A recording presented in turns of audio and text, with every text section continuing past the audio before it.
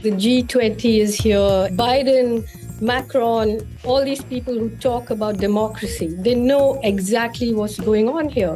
They know that Muslims have been massacred, that Muslims who protest have their homes bulldozed. They know that Muslims have been ghettoized, and now people who are accused of actually lynching, murdering Muslims are leading so-called religious processions through these ghettos. They know that vigilantes are out there with swords calling for annihilation, calling for the mass rape of Muslim women. They know all this, but that doesn't matter because as always with certain Western countries, it's like democracy for us and dictatorship or whatever else it is for our non-white friends. It doesn't matter. Bharat में अक़लियतों पर भारतीय हुकूमत के मजालिम के खिलाफ आवाज उठाने वाली मारूफ समाजी कारकुन अरुंधति रॉय ने G20 इजलास के लिए भारतीय हुकूमत की जानिब से किए जाने वाले इक़दामात पर उन्हें शदीद तनकीद का निशाना बनाया है। नई दिल्ली को इस G20 इजलास के लिए खूबसूरती से आरास्ता करने के लिए बड़े पैमाने पर मुतनाज़ा इक़दामात किए गए हैं और कई कच्ची आबादियों और झोपड़ियों को ज़मीं बोस कर दिया गया है और वहां रहने वालों को दूसरी जगह मुंतकली पर मजबूर किया गया है। नई दिल्ली शहर में जाबजा दीवारों पर कमल के फूल के साथ साथ भारतीय जनता पार्टी के इंतखाबी निशान का रंगो रोगन किया गया है, जबकि शहर भर में मोदी की तस्वीर के हामिल बड़े बड़े बिलबोर्ड्स लगाए गए हैं।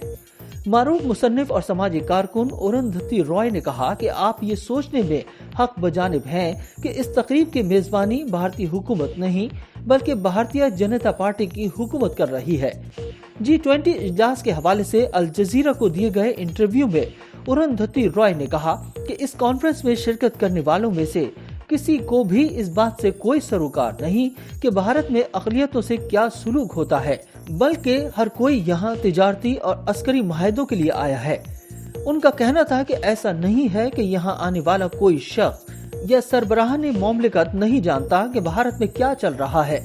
भारत में जो कुछ हो रहा है, अमेरिका, बरतानिया और फ्रांस जैसे ममालिक में मेन स्ट्रीम मीडिया इस पर बहुत तनकीद करता रहा है, लेकिन हुकूमतों का यकसर मुख्तलिफ एजेंडा होता है।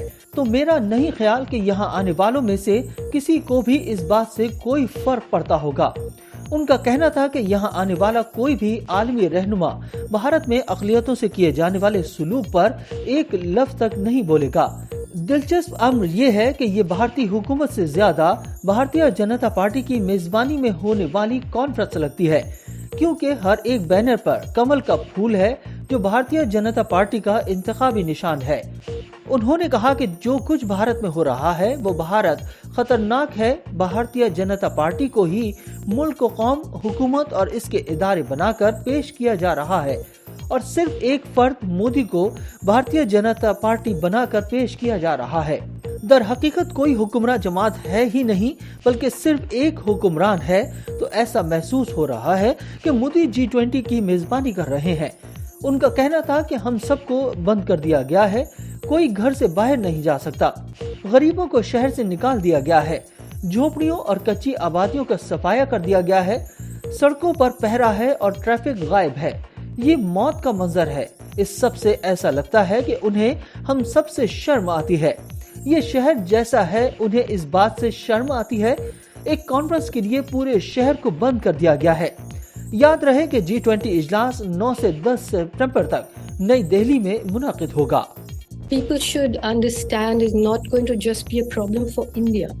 We don't here expect anybody to pay attention in ways that they should, anybody from the outside, because all of them have dollar signs in their eyes and they're looking at what they think of as this huge market of 1 billion people.